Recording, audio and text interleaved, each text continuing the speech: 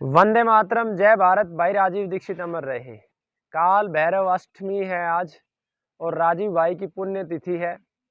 एक गुरु के लिए सच्ची श्रद्धांजलि शिष्य के द्वारा, या मैं कहूँ कि शिष्य के द्वारा सच्ची गुरु दक्षिणा सिर्फ ये हो सकती है कि जो लक्ष्य गुरु का हो उसे शिष्य पूरा कर दे। इससे बड़ी श्रद्धांजलि कोई नहीं हो सकती। तो आज राजीव भाई की पुण्य तिथि के अवसर पर श्रद्धांजलि स्वरूप जो लक्ष्य राजीव भाई ने लिया था, भले ही वो गुरुकुल की शिक्षा के विषय में हो, गोमाता के विषय में हो, जहर मुक्त खेती के विषय में हो, भारत की व्यवस्थाओं का स्वदेशीकरण हो, या फिर स्वास्थ्य के विषय में हो, वो सभी कार्य अखंड भारत स्वाभिमान के सभी कार्यकर्ता मिलके बहुत ही अच्छे से कर रहे हैं। मेरे साथ आज राजीव भाई की पुण्यतिथि पे एक कैंसर के रोगी हैं। इनकी माता जी को कैंसर था और लगभग 1 माह पहले ये गुरुकुल आए थे। ट्यूमर का जो आकार था काफ़ी बड़ा था। 1 माह की दवा के बाद आज इनके सभी एलोपैथी की रिपोर्ट में कैंसर मुक्त ये हो चुके हैं, लेकिन मेरे मत के अनुसार अभी भी इनके शरीर में, इनकी माताजी के शरीर में कैंसर के सेल्स हैं। लेकिन आज़ाद भारत में जो हमारे क्रांतिकारियों के सपन थे, हमारे भगत सिंह जी के जो सपन थे, हमारे सभी शहीदों के जो सपन थे कि गो हत्या मुक्त भारत बने, भारत के अंदर गो हत्या ना हो।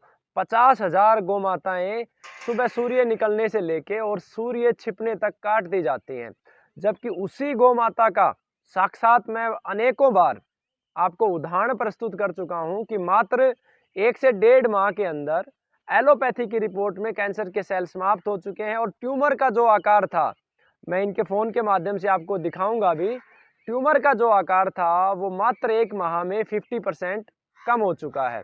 डॉक्टरों के अनुसार कि कैंसर के सेल नहीं है, लेकिन मुझे आयुर्वेद और मेरे मत अनुसार अभी भी शरीर के अंदर कैंसर के सेल हैं।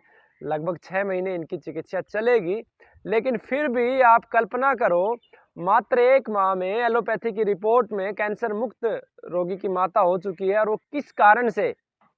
वो इस गौ माता के कारण से। जो पीछे आप देख रहे हो वो उस गौ माता के कारण से और अमर बलिदानी भाई राजीव दीक्षित जी के ज्ञान के माध्यम से। तो मैं आपको रोगी से वार्तालाप करवाता हूँ आगे। आप इलाहाबाद के रहने वाले हैं? जी, इलाहाबाद से। इलाहाबाद में कौन सा स्थान है आपका, कोई मोहल्ला? रसूलाबाद मेहदोरी कॉलोनी।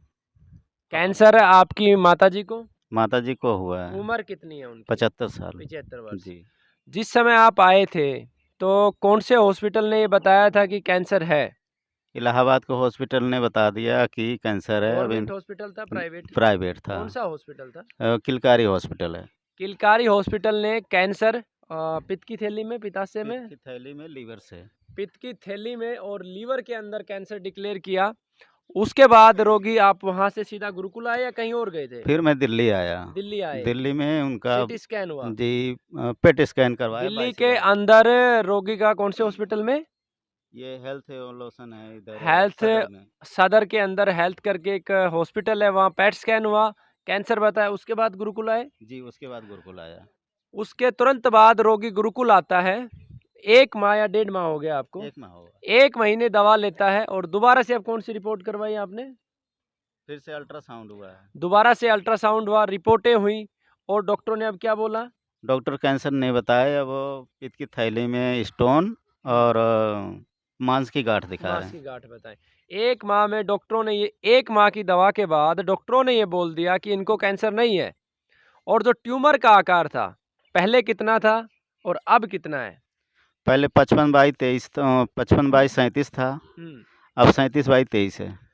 55/37 ट्यूमर का आकार था 1 माह पहले। ये हम नहीं कह रहे, रिपोर्ट कह रहे हैं। मैं आपको रिपोर्ट भी वीडियो के डिस्क्रिप्शन में लगा देंगे। और मात्र 1 माह के बाद 37/23 है। 37/23 बचा है, यानी कि लगभग 50% खत्म हो चुका है ट्यूमर। डॉक्टरों के मत के अनुसार कैंसर के सेल्स खत्म हो चुके हैं। और भला आपको क्या प्रमाण चाहिए कि ये गौ माता इस पूरी सृष्टि को बचाने वाली है? भारत ही नहीं, संपूर्ण विश्व का कल्याण गौ माता कर सकती है। इस राष्ट्र में नहीं बल्कि इस पूरे विश्व की जो समस्याएं हैं उनका समाधान गोमाता कर सकती है। मैं आपको हज़ारों बार ऐसे उदाहरण प्रस्तुत कर चुका हूँ और शायद जब तक ये जीवन रहेगा, भारत के प्रत्येक गाँव में मैं इसका साक्षात उदाहरण आपको दे दूँगा, भले ही वो शुगर के रोगी के रूप में हो, भले ही वो किडनी के रोगी के रूप में हो, भले ही वो कैंसर के रोगी के रूप में हो, भले ही वो एचआईवी के रोग के रूप में हो या फिर संतानहीनता का कोई रोगी हो।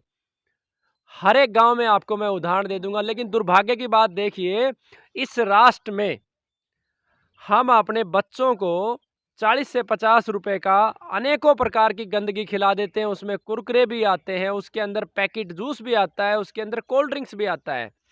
50 रुपए हम हमारे बच्चे के जीवन को बर्बाद करने के लिए लगा रहे हैं और उसी 50 रुपए में से अगर मात्र 30 रुपए का चारा ये पीछे जो गोमाताएं आप देख रहे हो, इनको खिला दिया जाए, तो आप ही नहीं, संपूर्ण सृष्टि का कल्याण होगा। तो क्या आपको अब विश्वास है गोमाता में शक्ति है?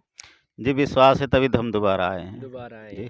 आप क्या संदेश देंगे समाज को कि आपने कितनी बड़ी समस्या को गोमाता के माध्यम से, हमारे माध्यम से नहीं, गोमाता के माध्यम से, भाई राजीव दीक्षित जी के ज्ञान के माध्यम से हराया है, तो कम से कम आप जागरूकता रखेंगे जीवन भर की एक गोमाता हर कोई पाले?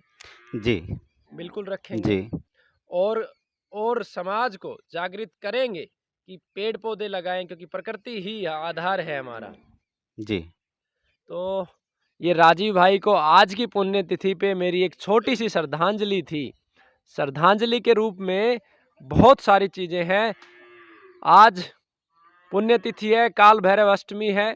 मेरे मन में एक प्रश्न बार बार चलता है सभी कार्यकर्ताओं को लेके भी, कि लाखों कार्यकर्ता भाई राजीव दीक्षित जी के हैं, लेकिन अगर 10 कार्यकर्ता, मैं लाख की बात नहीं करता, मैं सिर्फ 10 कार्यकर्ताओं की बात करता हूँ, एक एक विषय को पकड़ के अगर लग जाएं, किसी ने खेती का विषय पकड़ लिया, किसी ने स्वास्थ्य का विषय पकड़ लिया, किसी ने गुरुकुल शिक्षा का विषय पकड़ लिया, किसी ने व्यवस्था परिवर्तन का विषय पकड़ लिया और अपनी धुन में परमात्मा को साक्षी मान के सिर्फ ये निर्धारित करके मुझे ईश्वर को जवाब देना है, मैं ईश्वर के लिए कार्य कर रहा हूँ, मेरा कार्य परमार्थ का है, तो शायद अगले 16-17 वर्षों में हम हर गांव, हर घर तक पहुंच जाएंगे। वंदे मातरम, जय भारत, भाई राजीव दीक्षित अमर रहे।